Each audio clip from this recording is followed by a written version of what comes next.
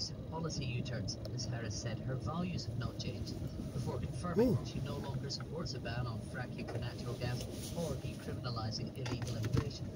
Donald Trump posted his verdict to his social media site in one word: bored. The World Health Organization says the Israeli military and Hamas have agreed to several three-day pauses in fighting in Gaza to enable more than 600,000 children to be vaccinated against polio.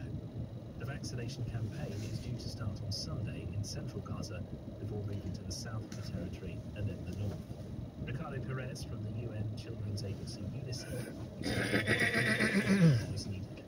The polio virus is very contagious and it does not respect borders or barbed wire or geographical limitations. So it's a public health crisis that we're dealing with right now, and in a situation that we haven't seen in a long time in terms of urban warfare. So it's not an exaggeration to call this one of the most dangerous polio immunization campaigns in history. Israel stressed that the series of area-specific pauses did not amount to a ceasefire. The German government has announced a package of tougher security and asylum measures after 3 people were fatally in the town of Solingen. The killings last Friday sparked an intense debate over asylum laws when it emerged that the main suspect was a young Syrian man facing deportation. Carrying knives at festivals and sports events will be banned. Nancy Faeser is the German Interior Minister. Für die Bekämpfung von Islamisten brauchen wir Streit. To combat Islamists, we need strong security control and additional powers, especially in the digital world. In future, investigating authorities will be authorised to carry out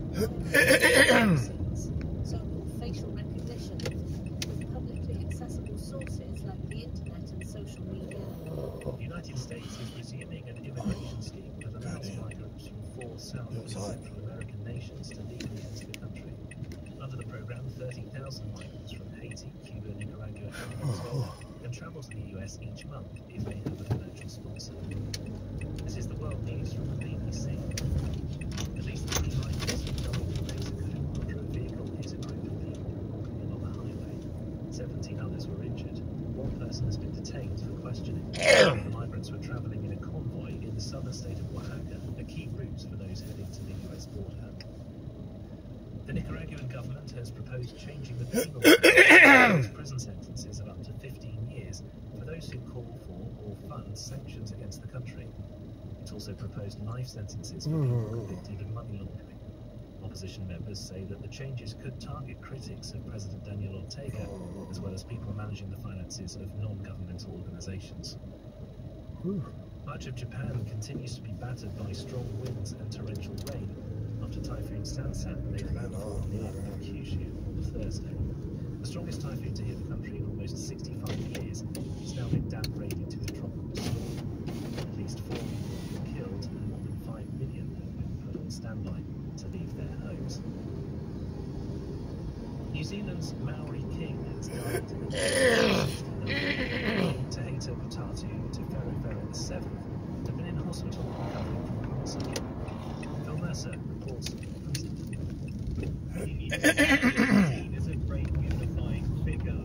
He recently urged Maori communities in New Zealand to challenge unpopular government policies. The 69-year-old monarch was crowned in 2006 following the death of his mother. His body is expected to lie in state before being laid to rest at a sacred burial site on Taupiri Mountain south of